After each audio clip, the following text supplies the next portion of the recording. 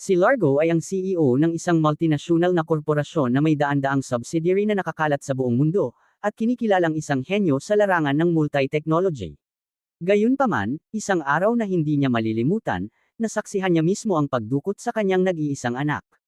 Paano nga ba magaganap ang rescue journey ng isang mayamang tycoon? Nagsimula ang kwento ng si Largo at ang kanyang anak na si Nam ay bumisita sa isang liblib na baryo, ang bayan ng kanyang yumaong asawa kung saan ito himlay magpakailanman. Sa kabila ng pagmamahal niya sa kanyang anak, hindi maayos ang relasyon nilang dalawa. Madalas silang magkaalitan dahil parehong naniniwala na sila ang tama. Sinubukan ni Largo na kumbensihin ang kanyang anak na makinig sa kanya sa pamamagitan ng paghawak ng kutsilyo at pagtuturo na ang kutsilyo ay maaaring maging mapanganib, ngunit kung gagamitin ng tama ay magiging kapaki-pakinabang na kasangkapan.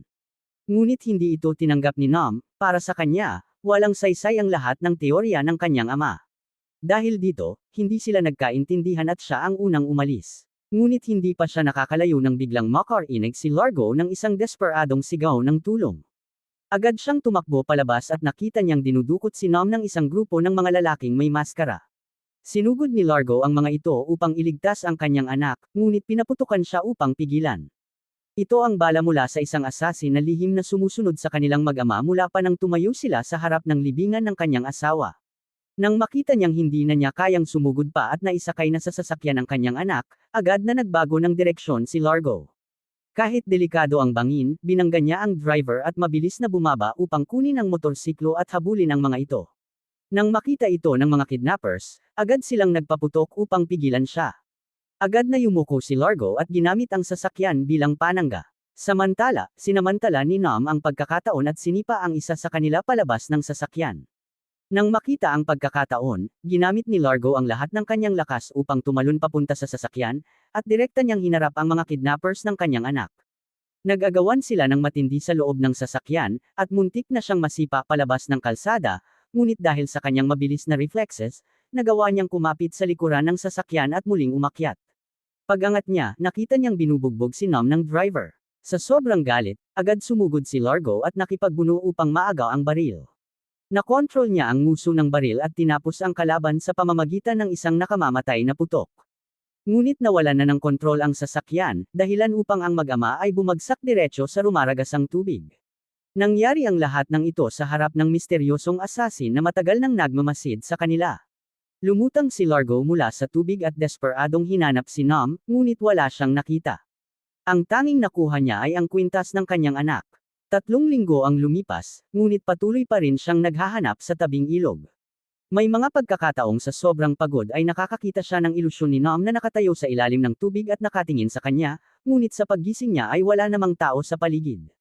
May mga sandaling gusto na niyang sumuko, iniisip na wala na ang kanyang anak, ngunit hanggat hindi niya natatagpuan ang bangkay nito, hindi siya maaaring tumigil.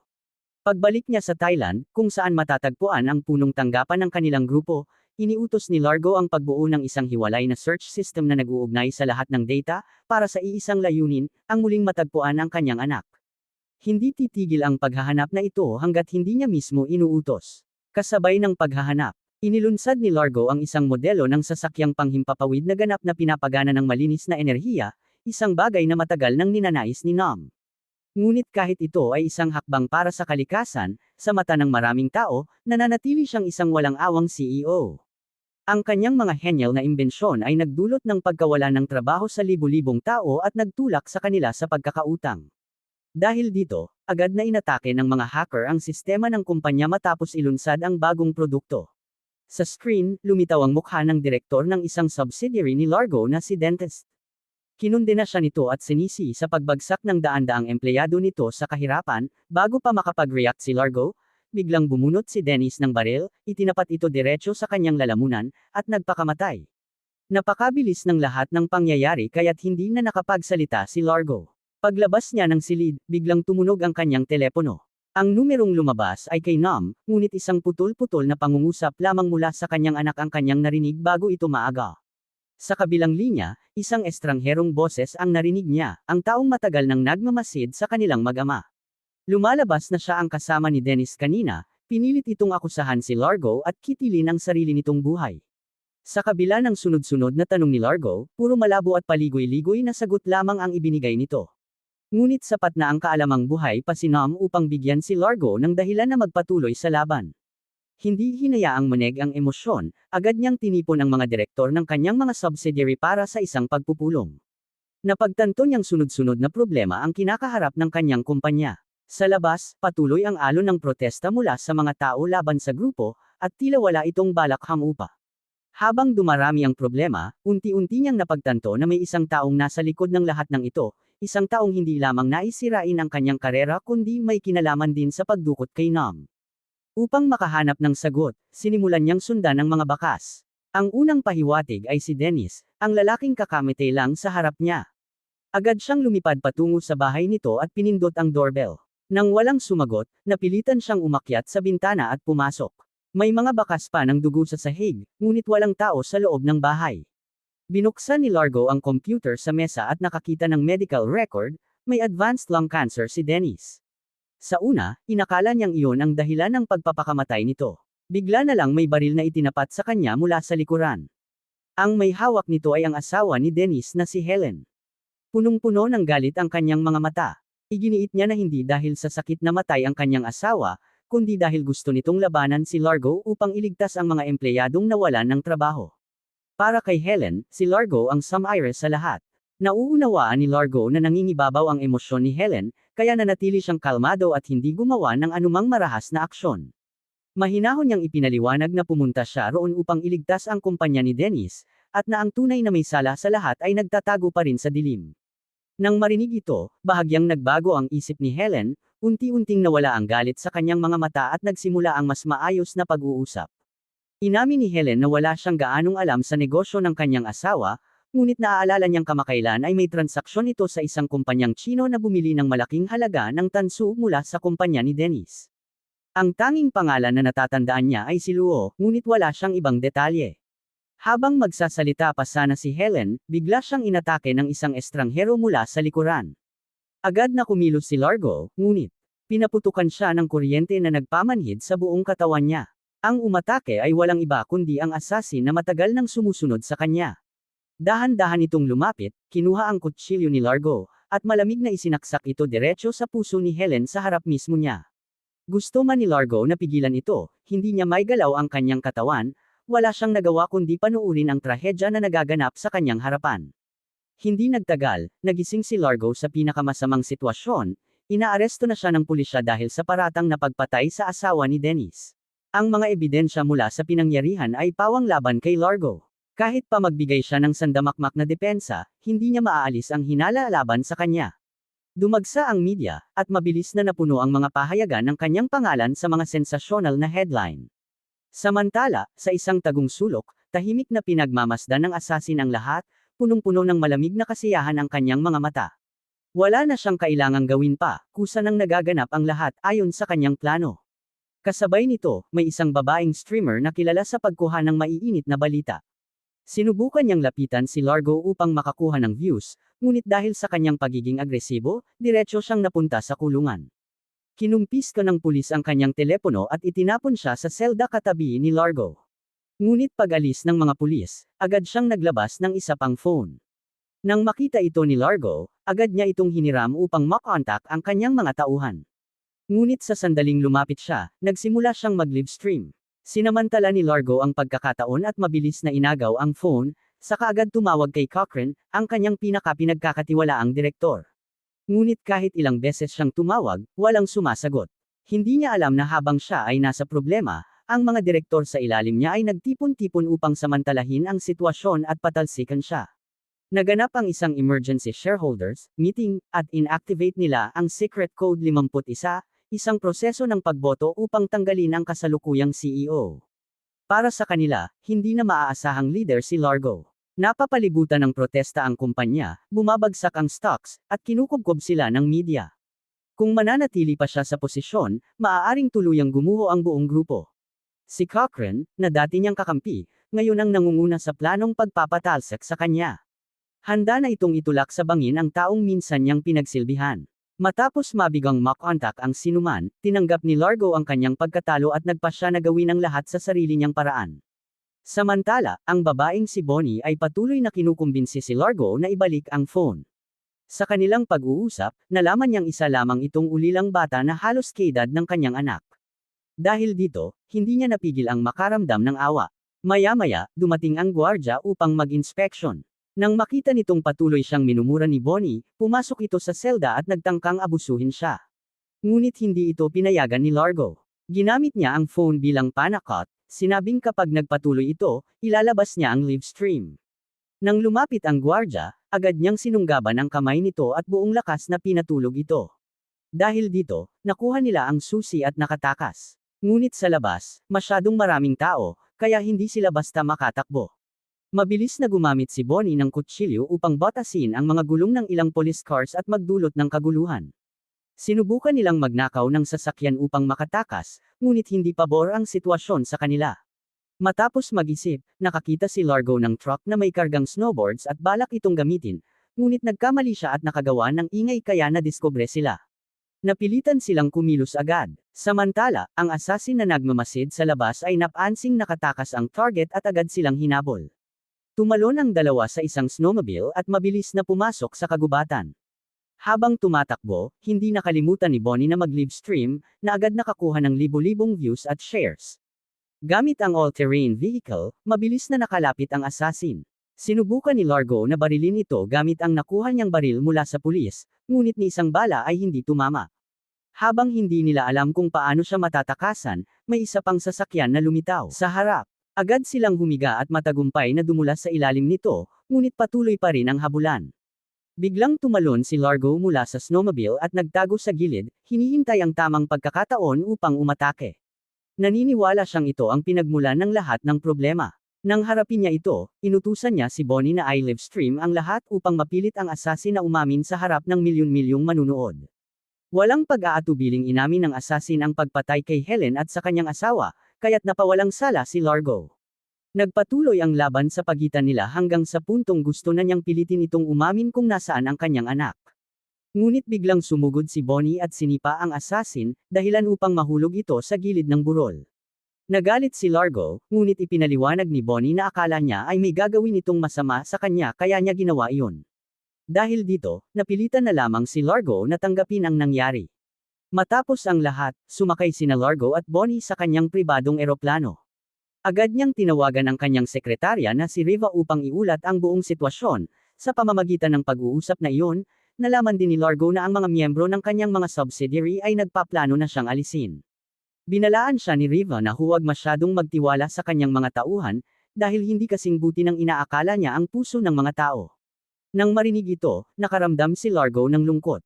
Hindi niya inaasahan na matapos ang mga taong ibinigay niya ang napakaraming benepisyo sa kanila, sa oras na dumaan siya sa sakuna ay agad silang tatalikod at itataboy siya palabas.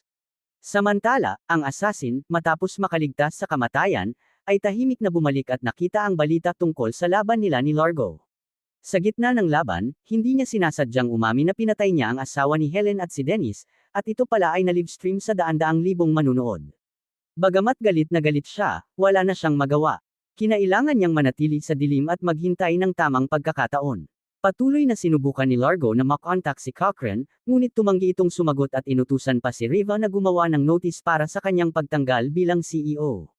Sa harap ng lantad na pagtataksil, hindi nagdalawang isip si Riva na itapon ang notice at umalis.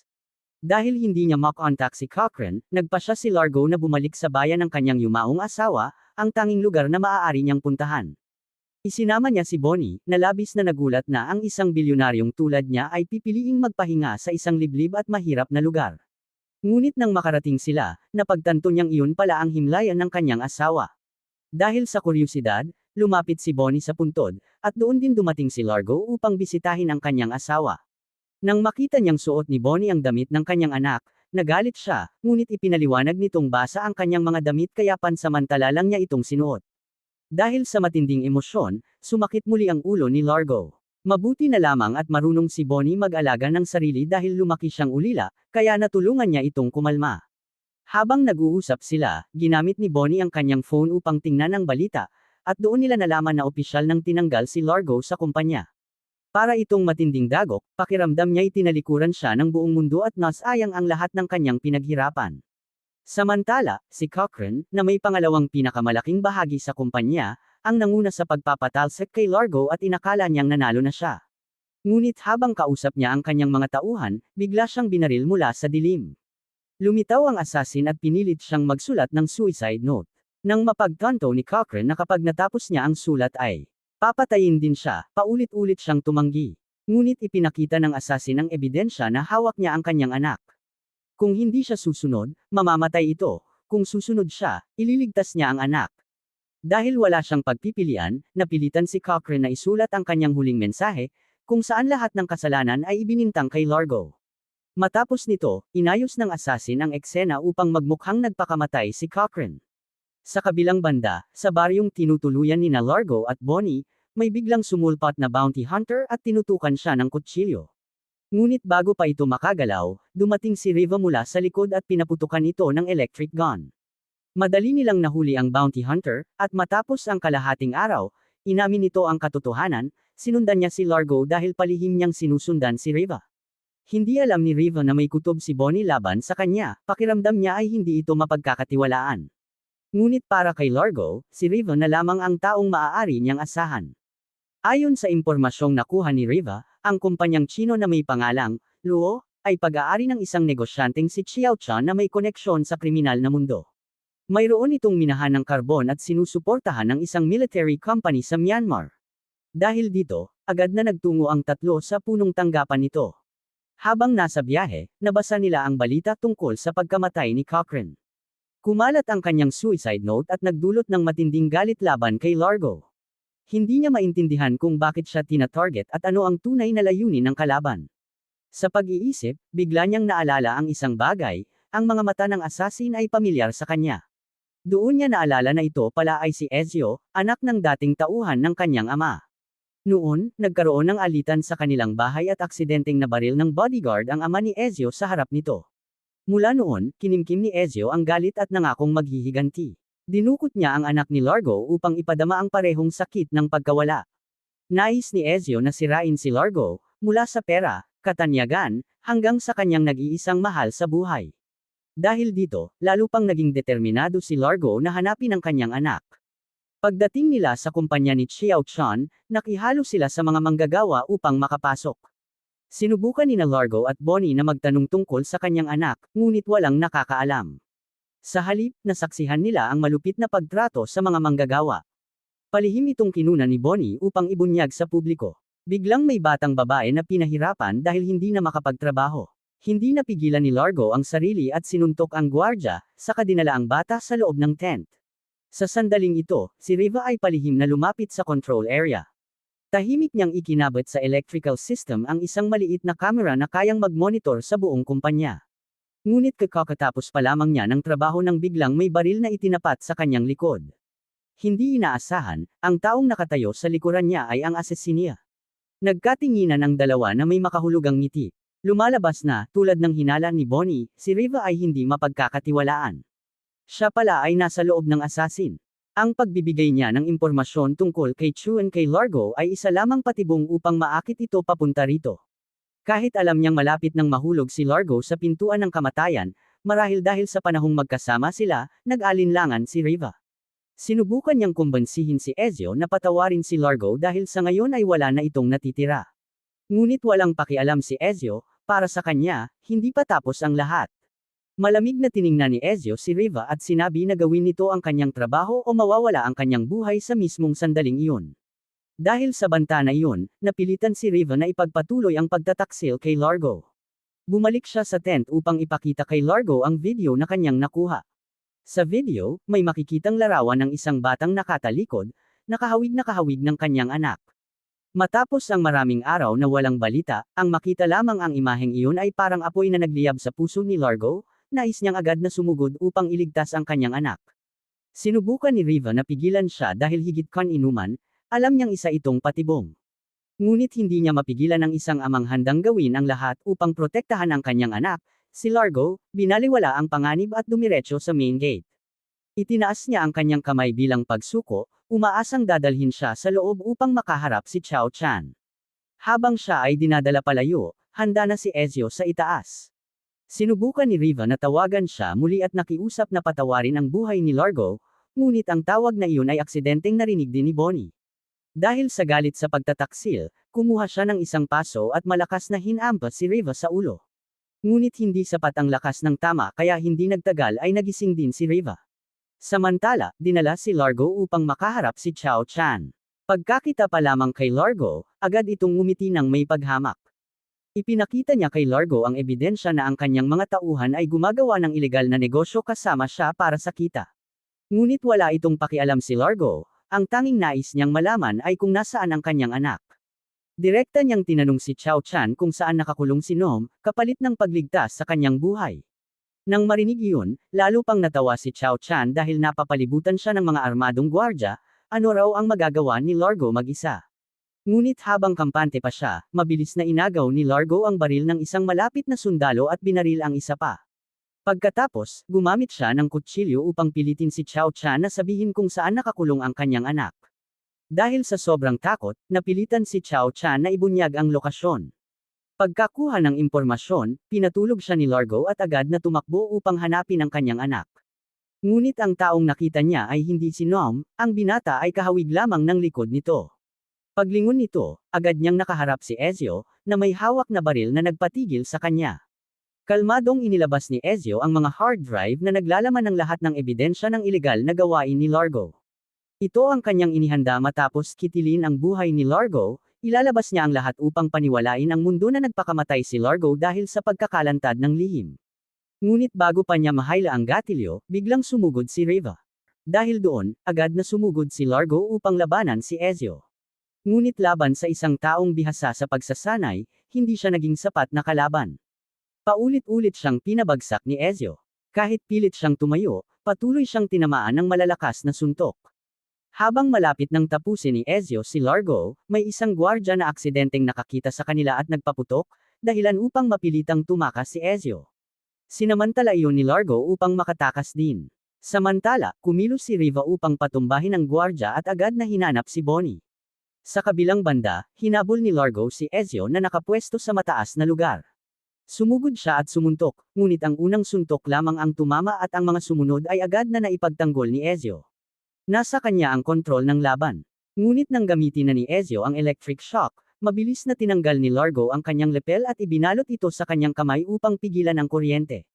Ginamit niya ang buong lakas upang itulak si Ezio at ikabit ito sa crane.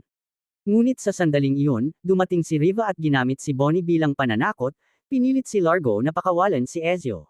Lubos na nagulat si Largo nang ang taong pinagkatiwalaan niya ang siyang nagtaksil sa kanya. Sa sandaling iyon, biglang nagising si Bonnie, inagaw ang baril, at itinulak si Riva. Nawalan ng balanse ang dalawa, ngunit mas minala si Riva. Si Bonnie ay nakakapit sa rehas at nahulog sa tubig sa ibaba. Parehong nakagapos ang kanilang mga kamay kaya lubhang mapanganib ang kanilang sitwasyon. Walang pag-aalinlangan, tumalon si Largo upang iligtas siya. Matapos siyang may ahon, agad niyang ginamit ang electric shock device na dala ni Riva. Makalipas ang ilang sandali, nagising din si Bonnie.